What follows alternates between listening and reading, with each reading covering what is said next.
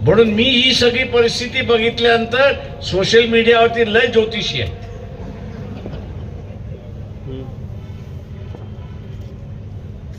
Social मीडियावरती लय ज्योतिषी आहे.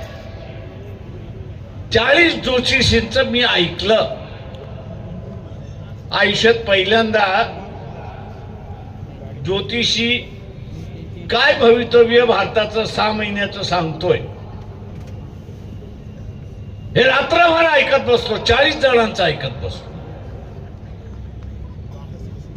त्याच्यामध्ये मला एकही ज्योतिष असा मिळाला नाही की तो हे म्हणत होता की 6 महिन्यामध्ये भारताचा काळ फार चांगला. सगळे ज्योतिषी जे आहेत 6 महिन्याचा काळ हा अत्यंत वाईट काळ असं म्हणत होते.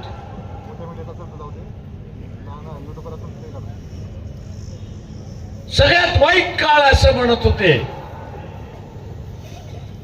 त्यातला एक मला ओळखीचा दिसला, त्याला फोन केला आणि त्याला असं विचारलं, अरे बाबा तुझी YouTube वरती जी भविष्यवाणी आहे ही आपली पब्लिक साठी आहे की खरी आहे एवढं सांग. तो म्हटला ती भविष्यवाणी खरी आहे. म्हटलं ह्याला उलट करायचं असेल तर काय करावं लागेल. तो म्हटला मोदीला हटवा, उलट होऊन जात. आता उलट उठवायचा हातात तुमच्या आहे. ते उलट काढण्याचं काम हे तुमच्या हातात आहे आणि ते तुम्ही केलं पाहिजे अशी असणारी परिस्थिती. मित्रो, इथल्या मौलवी, औरंगाबाद मधल्या मौलवीला आणि मुफ्तीला माझं आव्हान आहे,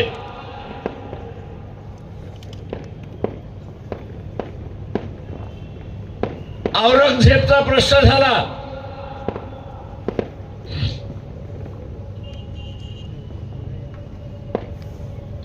इतिहास सारा हिजाबचा प्रश्न झाला. सगळ्यात प्रश्नाची उत्तरं येत नाही. इथला एक तरी नगरसेवक मुस्लिम समाजाच्या बाजूने उभा राहिला का? मुसलमानांवरती अत्याचार झाले, यूपी मध्ये बुलडोजर फिरवण्यात आले, इथल्या नगरसेवकाने, मुस्लिम नगरसेवकाने मोर्चे काढले का? आणि मग आज महानगरपालिकेच्या असणाऱ्या निवडणुकीमध्ये मौलवी आणि मुफ्ती आणि मुस्लिम संघटक ही भूमिका का घेत नाही की जे आपल्या बाजूने उभे राहिले त्यांच्याच बाजूने आम्ही उभं राहिलं पाहिजे, ही भूमिका का घेत नाही हा माझा आपल्याला असणारा सवाल आहे. 80च्या दशकामध्ये, 90च्या दशकामध्ये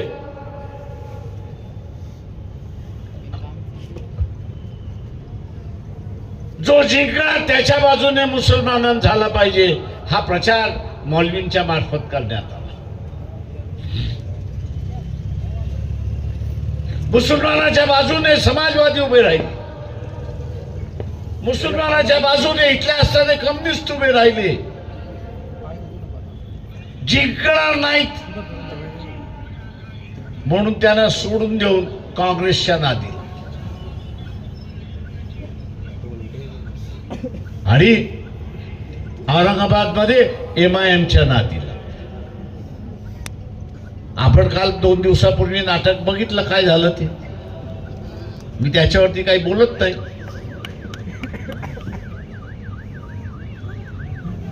नुसता सत्ता हे चालत नाही.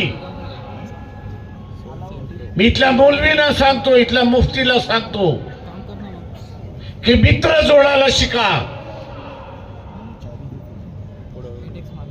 मित्र जोडायला शिका. मित्र जोडू शकलात तर RSS BJPला तुम्ही तोंड देऊ शकाल, नाही तर अजिबात तोंड देऊ शकणार नाही. ह्याच औरंगाबाद मध्ये RSSच्या कार्यालयावरती मोर्चा काढण्यात आला. अरे बाबा, तुम्ही रजिस्टर का केलं नाही स्वतःला?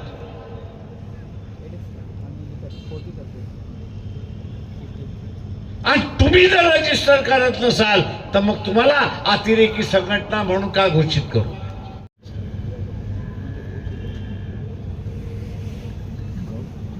मी आवाहन करतो इथल्या असणाऱ्या मुस्लिम समाजाला, मुफ्ती आणि मौलवी भूमिका घेणार नसते त्यांना काय घेऊ द्या, पण तुम्ही तरी भूमिका घ्या.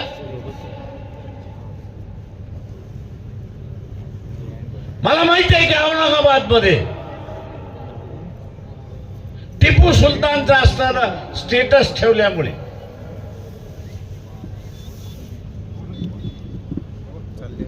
औरंगजेबचं स्टेटस ठेवल्यामुळे 100च्या वरती मला माहिती आहे की इथल्या असणाऱ्या तरुण पोरांना पोलिसांनी बोलवून घेतलं होतं आणि कारवाई सुरुवात केली.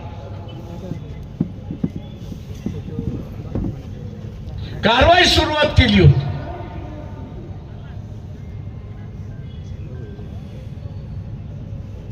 जे उभे राहिले त्यांच्या बाजूने मुस्लिम समाज उभा राहिला पाहिजे. तुम्ही मित्र जोडले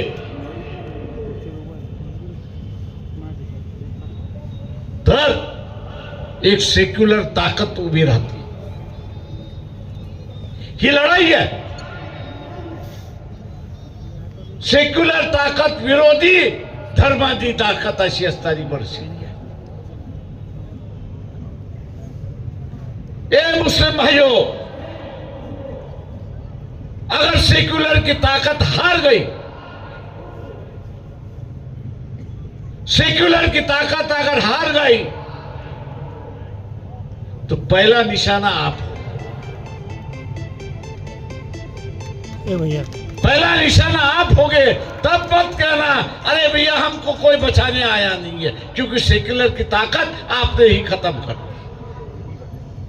और आज सिर्फ एक सेक्युलर ताकत बची है कि जो मुसलमानों के साथ अपना रिश्ता जोड़ना चाहती है. लेकिन क्या मुसलमान उनके साथ में रिश्ता जोड़ना चाह रहा है?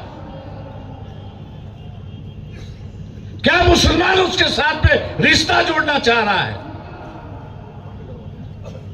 अभी जोड़ोगे तो बचोगे, नहीं जोड़ा तो आपकी तकलीफें बढ़ना शुरुआत हो. और इसलिए मुस्लिम समाज से मैं ऐलान करता हूं, आह्वान करता हूं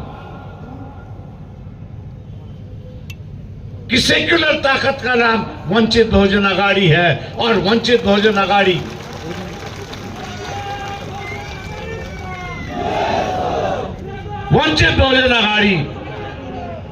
के उम्मीदवारों के जिनके नाम आपके सामने रख दिए, उनका सिंबल भी रख दिया है, उनके सामने का बटन दबा पर आप भारी वोटों से उनको जिताएंगे. यही उम्मीद करते हुए मैं आपसे रजा लेता हूं. खुदा हाफिज. जय भीम.